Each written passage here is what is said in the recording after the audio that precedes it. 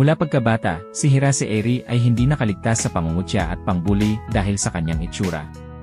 Ang araw-araw na panlalait at ang hirap na dulot ng kanyang problemang pampamilya, lalo na ang hiwalayan ng kanyang mga magulang, ay tila mga bubog na patuloy na sumasakit sa kanya. Dahil sa pangungutya ng kanyang ina, na tila hindi matanggap ang pagkakahawig ni Hirase sa kanyang ama, nangako si Hirase sa sarili na balang araw, kapag mayroon na siyang pera, ay magpapabago siya ng kanyang mukha. Noong siya ay 16, nagtatrabaho siya bilang security agent at delivery girl, sabay-sabay, upang makuha ang pangarap niyang cosmetic surgery. Sa kabila ng pagiging fresh high school graduate, nagtrabaho siya ng mabuti upang makakuha ng 10 million yen o pesos na mahigit 3 million na ginamit niya para sa kanyang operasyon. Noong 2020 sa edad na 19, nagpasya siyang magpabago ng hitsura.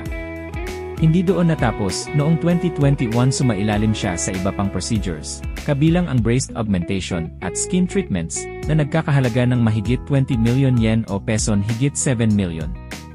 Ngayon, sa edad na 26 makikita si Hirase na isang transformed na babae.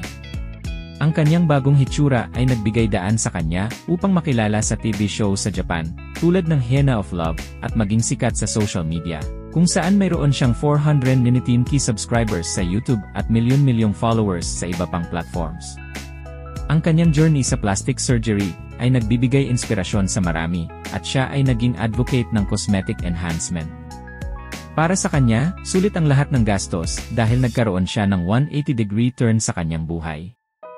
Hinihikayat niya ang mga taong nawawalan ng kumpiyansa sa kanilang anyo na isaalang-alang ang cosmetic surgery, ngunit may mahigpit na paalala, use plastic surgery in moderation.